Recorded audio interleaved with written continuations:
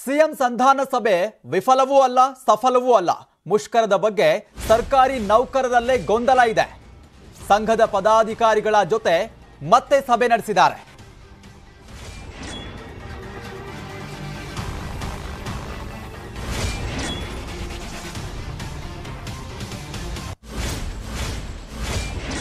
ಪದಾಧಿಕಾರಿಗಳ ಜೊತೆ ಸಭೆ ನಡೆಸಿ ಮುಷ್ಕರ ನಡೆಸಬೇಕೋ ಬೇಡವೋ ಅಂತ ನಿರ್ಧಾರವನ್ನ ತೆಗೆದುಕೊಳ್ಳಲಾಗ್ತಾ ಇದೆ. ಕೆಲ ಹೊತ್ತಲ್ಲೇ ಪದಾಧಿಕಾರಿಗಳ ಜೊತೆ ಸಭೆ ಆರಂಭವಾಗಿರುವಂತದ್ದು.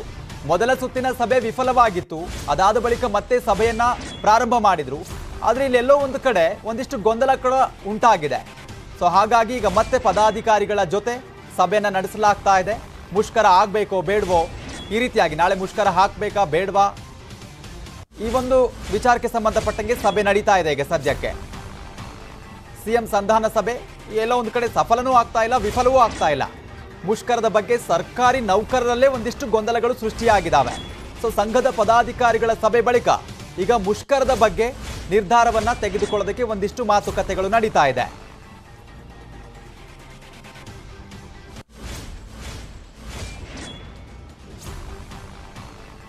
ಮತ್ತಷ್ಟು ಮಾಹಿತಿಯನ್ನು ಪಡಿತಾ ಹೋಗೋಣ. ನಮ್ಮ ಪ್ರತಿನಿಧಿ ಕೃಷ್ಣ ದೂರವಾಣಿ ಸಂಪರ್ಕದಲ್ಲಿ ಜಾಯ್ನ್ ಆಗಿದ್ದಾರೆ. ಕೃಷ್ಣ, ಈಗ ಮೊದಲನೇ ಸುತ್ತಿನ ಸಭೆ ಅಂತೂ ವಿಫಲವಾಯಿತು.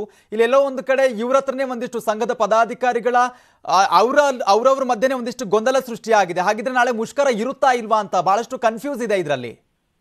ಖಂಡಿತವಾಗ್ಲೂ ಚೇತನ್, ಈಗ ಮುಖ್ಯಮಂತ್ರಿಗಳು ಆ ಒಂದು ಸಮಸ್ಯೆ ಬಗೆಹರಿಸುವಂತ ಒಂದು ಕೆಲಸವನ್ನ ಮಾಡಿದ್ದಾರೆ. ಮೊದಲ ಸುತ್ತಿನ ಸಭೆಯಲ್ಲಿ ಎಲ್ಲ ಒಂದ್ ಕಡೆ ವಿಫಲ ಆಯ್ತು. ಅದಾದ ನಂತರವಾಗಿ ಕೆಲವೊಂದಷ್ಟು ಸಚಿವರು ಮತ್ತೆ ಹೋಗಿ ಸರ್ಕಾರಿ ನೌಕರ ಸಂಘದವ್ರನ್ನ ಕರ್ಕೊಂಡು ಬಂದ ಸಂದರ್ಭದಲ್ಲಿ ಮುಖ್ಯಮಂತ್ರಿಗಳು ಮತ್ತೆ ಮಾತಾಡಿದ್ದಾರೆ. ಅದ್ರ ಜೊತೆಗೆ ಒಂದಷ್ಟು ಭರವಸೆಗಳನ್ನು ಕೊಟ್ಟಿದ್ದಾರೆ. ಮತ್ತೆ ಸಮಯ ಟೈಮ್ ಬಾಂಡ್ ಅನ್ನು ಕೂಡ ಫಿಕ್ಸ್ ಮಾಡ್ಕೊಂಡಿದ್ದಾರೆ. ಮತ್ತೆ ಒಂದ್ 2-3 ದಿನ, ಒಂದು ವಾರಗಳ ಕಾಲ ಮಾಡ್ಕೊಡ್ತೀನಿ ಅನ್ನೋ ಮಾತನ್ನು ಕೂಡ ಮುಖ್ಯಮಂತ್ರಿಗಳು ಹೇಳಿದ್ದಾರೆ.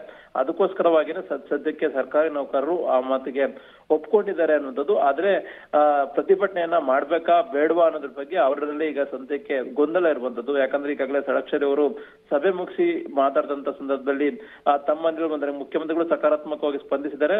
ನಾಳೆ ಪ್ರತಿಭಟನೆಯನ್ನು ಮಾಡ್ಬೇಕಾ ಬೇಡವಾ ಅನ್ನೋದ್ರ ಬಗ್ಗೆ ನಾವು ಕೂಡ ಈಗ ಸರ್ಕಾರಿ ನೌಕರ ಸಂಘದವರು ನೌಕರರ ಜೊತೆಗೆ ಚರ್ಚೆನ ಮಾಡಿ ನಿರ್ಧಾರವನ್ನ ಕೈಗೊಳ್ತೀನಿ ಅನ್ನೋ ಮಾತನ್ನು ಕೂಡ ಹೇಳಿದ್ದಾರೆ. ಅವ್ರ ಮಾತಿನ ಪ್ರಕಾರವಾಗಿ ನೋಡೋದಾದ್ರೆ ಇಲ್ಲ ಒಂದ್ ಕಡೆ ಅವರು ಸದ್ಯಕ್ಕೆ ಮುಖ್ಯಮಂತ್ರಿಗಳ ಮಾತಿಗೆ ಒಪ್ಕೊಂಡಿದ್ದಾರೆ ಅನ್ನುವಂಥದ್ದು ಕೂಡ ಈಗ ಕೇಳಿ ಬರ್ತಾ ಇರುವಂತದ್ದು. ಆದ್ರೆ ಈಗ ಸದ್ಯಕ್ಕೆ ಮುಖ್ಯಮಂತ್ರಿಗಳಾಗಿರ್ಬೋದು ಮತ್ತೆ ಸರ್ಕಾರದಿಂದ ಯಾವುದೇ ರೀತಿಯಾದಂತ ಅಧಿಕೃತವಾದಂತ ಮಾಹಿತಿ ಈ ಒಂದು ವಿಚಾರದ ಬಗ್ಗೆ ಪ್ರಕಟವನ್ನ ಮಾಡಿಲ್ಲ. ಆದ್ರೆ ಸರ್ಕಾರಿ ನೌಕರ ಸಂಘದ ಅಧ್ಯಕ್ಷರು ಮಾತ್ರ ಈ ಬಗ್ಗೆ ಹೇಳ್ತಾ ಇರುವಂತದ್ದು. ಅಂದ್ರೆ ನಾಳೆ ಪ್ರತಿಭಟನೆಯನ್ನ ಮಾಡ್ಬೇಕಾ ಬೇಡವಾ ಅನ್ನೋದ್ರ ಬಗ್ಗೆ ತಮ್ಮ ಸಹೋದ್ಯೋಗಿಗಳ ಜೊತೆ ಚರ್ಚೆಯನ್ನ ಮಾಡೋದ್ರ ಮುಖಾಂತರವಾಗಿ ನಿರ್ಧಾರವನ್ನ ಕೈಗೊಳ್ತೀನಿ ಅನ್ನೋ ಮಾತನ್ನು ಕೂಡ ಹೇಳಿರುವಂತದ್ದು. ಹೀಗಾಗಿ ಯಾವುದೇ ಕಾರಣಕ್ಕೂ ಕೂಡ ಸರ್ಕಾರ ಇರುವಂತದ್ದು ಅಂದ್ರೆ ಚುನಾವಣೆ ವ್ಯವಸ್ಥೆಯಲ್ಲಿರ್ತಕ್ಕಂಥ ಸಂದರ್ಭದಲ್ಲಿ ಪ್ರತಿಭಟನೆಯನ್ನ ಮಾಡಬಾರ್ದು ಅನ್ನೋದು ಕೂಡ ಸರ್ಕಾರದ ಕಾಳಜಿ ಆಗಿದೆ. ಮತ್ತೆ ಅದಕ್ಕೋಸ್ಕರವಾಗಿನೇ ಮುಖ್ಯಮಂತ್ರಿಗಳು ಸಭೆ ಮೇಲೆ ಸಭೆಯನ್ನ ಮಾಡಿದ್ದಾರೆ. ಮತ್ತೆ ಈಗಾಗಲೇ ಚುನಾವಣೆ ಕೂಡ ಬರ್ತಾ ಇದೆ. ಚುನಾವಣೆ ಸಂದರ್ಭದಲ್ಲಿ ಪಕ್ಷಕ್ಕೆ ಹಿನ್ನಡೆ ಆಗುತ್ತೆ, ಸರ್ಕಾರಕ್ಕೆ ಹಿನ್ನಡೆ ಆಗುತ್ತೆ ಅನ್ನೋ ಒಂದು ಕಾರಣಕ್ಕೋಸ್ಕರವಾಗಿ ಮುಖ್ಯಮಂತ್ರಿಗಳು ಕೂಡ ಆಲೋಚನೆಯನ್ನ ಮಾಡಿ ಸರ್ಕಾರಿ ನೌಕರರ ಜೊತೆಗೆ ಸುದೀರ್ಘವಾಗಿ ಚರ್ಚೆಯನ್ನ ಮಾಡಿದ್ದಾರೆ. ಮತ್ತೆ ಈಗಾಗಲೇ 7ನೇ ವೇತನ ಆಯೋಗ ಸಂಬಂಧಪಟ್ಟಂತೆ ಈಗಾಗಲೇ ಮಧ್ಯಂತರ ವರದಿಯನ್ನ ಅಂದ್ರೆ ಸಭೆಯಲ್ಲೇನೆ ಏನೋ ಸಮಿತಿ ಅಧ್ಯಕ್ಷರಾಗಿರ್ತಂತವ್ರಿಗೆ ದೂರವಾಣಿ ಮುಖಾಂತರವಾಗಿ ಕರೆ ಮಾಡಿ ವರದಿಯನ್ನು ಕೂಡ ಕೇಳಿದ್ದಾರೆ ಅನ್ನುವಂಥದ್ದು. ಮತ್ತೆ ಬೇರೆ ಬೇರೆ ವಿಚಾರಗಳ ಬಗ್ಗೆನೂ ಕೂಡ ಬೇಡಿಕೆಗಳನ್ನು ಕೂಡ ಅವರು ಇಂಟಿದ್ದಾರೆ. ಅದನ್ನು ಕೂಡ ಒಂದಷ್ಟು ದಿನಗಳ ಕಾಲ ಒಂದು ವಾರಗಳ ಒಳಗೆ ಅಥವಾ 3-4 ದಿನಗಳ ಒಳಗಾಗಿ ಸೂಕ್ತವಾದಂತಹ ನಿರ್ಧಾರವನ್ನ ಕೈಗೊಳ್ಳುತ್ತೇನೆ ಅನ್ನೋ ಮಾತನ್ನು ಕೂಡ ಮುಖ್ಯಮಂತ್ರಿಗಳು ಹೇಳಿರುವಂತದ್ದು.